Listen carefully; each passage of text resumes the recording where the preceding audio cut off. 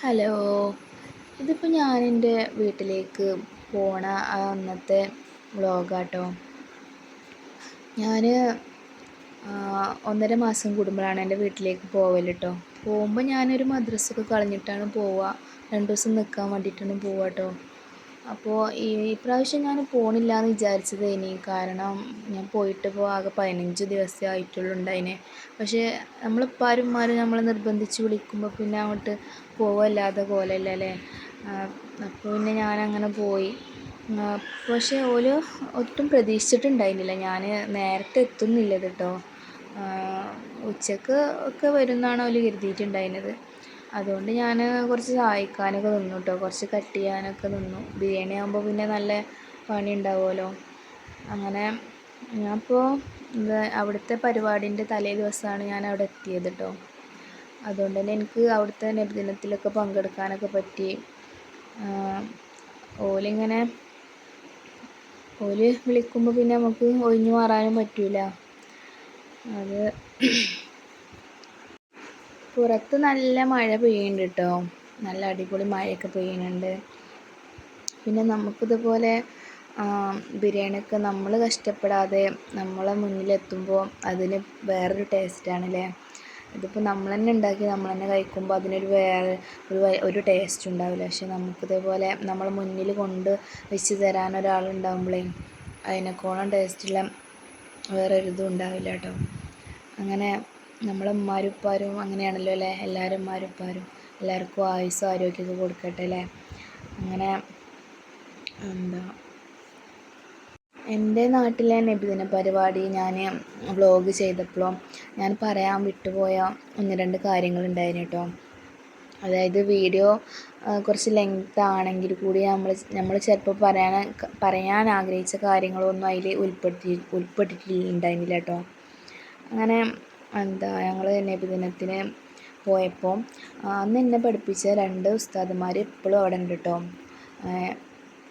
പിന്നെ ഞങ്ങൾ രാത്രി ഞങ്ങൾ മദ്രസിൻ്റെ ചുറ്റിലും കച്ചവടക്കാരൊക്കെ ഉണ്ടാവലുണ്ട് കേട്ടോ. അപ്പോൾ അതിലൊരു പ്രായമായിട്ടുള്ള ആൾ ഉണ്ടായിനി.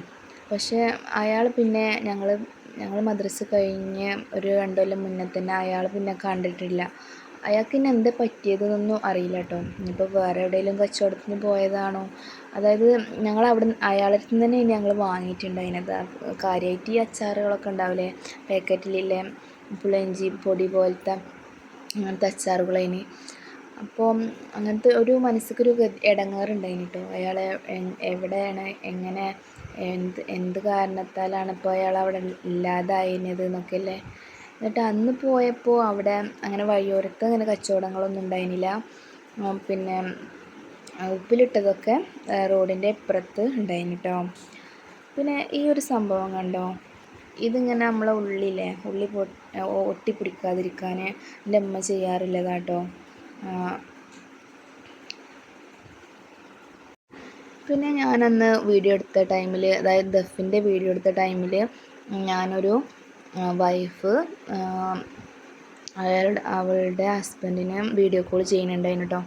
അപ്പോൾ ആ ടൈമിൽ ഹസ്ബൻഡ് ദഫ് പ്രേമിയാണെന്ന് തോന്നുന്നു. അതോ കുട്ടികളാവാനുള്ള പ്രായം അവർക്ക് ഇല്ല. കാരണം ഓലെ കുട്ടി ആ ദഫിൽ എന്തായാലും ഇല്ല. പക്ഷെ ദഫിന് അഡിക്റ്റ് ആയിട്ടുള്ള യുവാക്കളുണ്ടാവില്ല, അതിൽ പെട്ട ഒരാളായിട്ടാണ് എനിക്ക് തോന്നിയത്. അപ്പോൾ ഈ വീഡിയോ കോൾ ചെയ്യുന്ന ടൈമിൽ ഈ ദഫ് ആ പെണ്ണ് കാട്ടി കൊടുക്കുന്നുണ്ടായിരുന്നു കേട്ടോ. അപ്പോൾ ഗൾഫിലുള്ള ഭർത്താവിന് ഈ വീഡിയോ കോൾ കാട്ടി കൊടുക്കുന്നുണ്ട്. അപ്പോൾ അയാൾ വാഹനത്തിലിരുന്ന് ഭക്ഷണം കഴിച്ചുകൊണ്ടാണ് കേട്ടോ ഈ ദഫിൻ്റെ വീഡിയോ കാണുന്നത്. അപ്പോൾ അത് കണ്ടപ്പോൾ എനിക്ക് ഭയങ്കര ഒരു ഇടങ്ങേറായി. കാരണം അത്രയും തിരക്കിനിടയിലും ഈ ദഫൊക്കെ ഇങ്ങനെ ആസ്വദിക്കാനുണ്ടല്ലോ. പ്രവാസ ലോകത്താണല്ലോ. അപ്പോൾ പിന്നെ ഞാൻ കുറേ പാത്രങ്ങളൊക്കെ അവിടെ സിങ്കിലുണ്ടായിരുന്നു കേട്ടോ. അതൊക്കെ മോറി കൊടുത്തു. പിന്നെ അത് കഴിഞ്ഞ് ഞാൻ ക്ലീനാക്കി കൊടുത്തിട്ടോ. പിന്നെ ഉമ്മനെ തുടച്ചത്. നീ തുടക്കൊന്നും വേണ്ട എന്നൊക്കെ പറഞ്ഞ് ഉമ്മനെ തുടച്ചത് കേട്ടോ.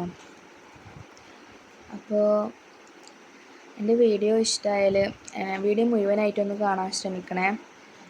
അപ്പോൾ ഇനി മറ്റൊരു വീഡിയോ ആയിട്ട് ഞാൻ വീണ്ടും വരണ്ട്.